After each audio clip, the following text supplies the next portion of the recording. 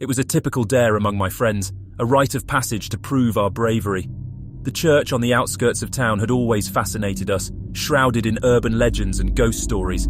Its crumbling facade and eerie atmosphere made it the perfect backdrop for our childish dares. We laughed nervously as we approached the church, each of us trying to appear fearless.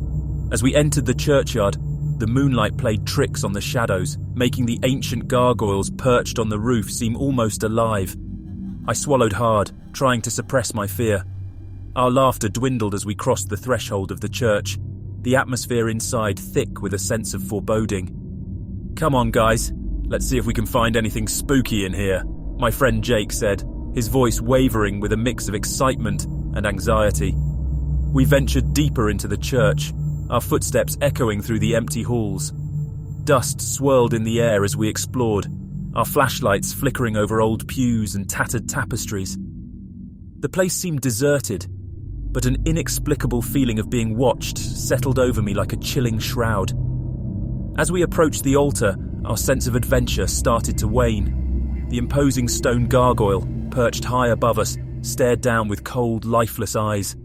I couldn't help but feel an irrational sense of unease. I glanced at my friends, and they looked just as unnerved as I was.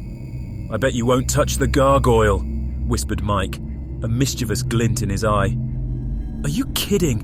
That thing gives me the creeps," I replied, my voice shaking. But I didn't want to back down. The thought of being branded a coward by my friends pushed me forward. I hesitated, then reached up and tapped the stone gargoyle on its outstretched wing. Nothing happened, and I breathed a sigh of relief. Suddenly the air around us seemed to change, and an ominous feeling engulfed the church. The gargoyle's eyes glowed an eerie shade of red, and the surrounding darkness seemed to grow thicker. I stumbled back, my heart pounding in my chest. "What did you do?" Jake exclaimed, his face pale with fear. Before I could answer, the stone gargoyle stirred. I blinked in disbelief as it moved its massive wings and leaped down from its perch.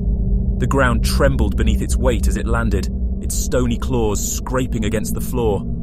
"This isn't funny, guys. Let's get out of here," I shouted, my fear now overwhelming my desire to save face.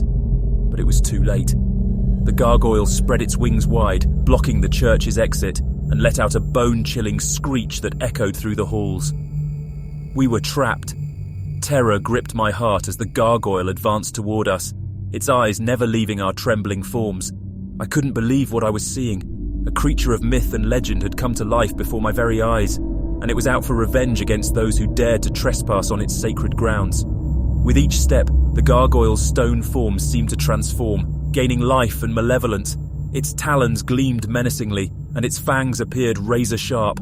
We were like helpless mice, cornered by a predator from ancient nightmares. I glanced at my friends, their faces contorted in terror, and I knew we had to act fast.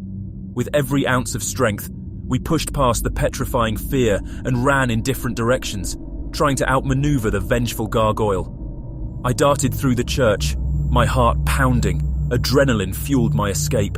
I could hear the sounds of my friends doing the same, but the echoing screeches of the gargoyle told me that it was closing in. In a desperate bid to survive, I ducked behind an old wooden confessional. My breaths came in ragged gasps as I tried to make myself as inconspicuous as possible, hoping against hope that the creature would pass me by. The minutes felt like hours as I waited. Every creak and moan of the old church sent shivers down my spine, and I could hear my heartbeat pounding in my ears.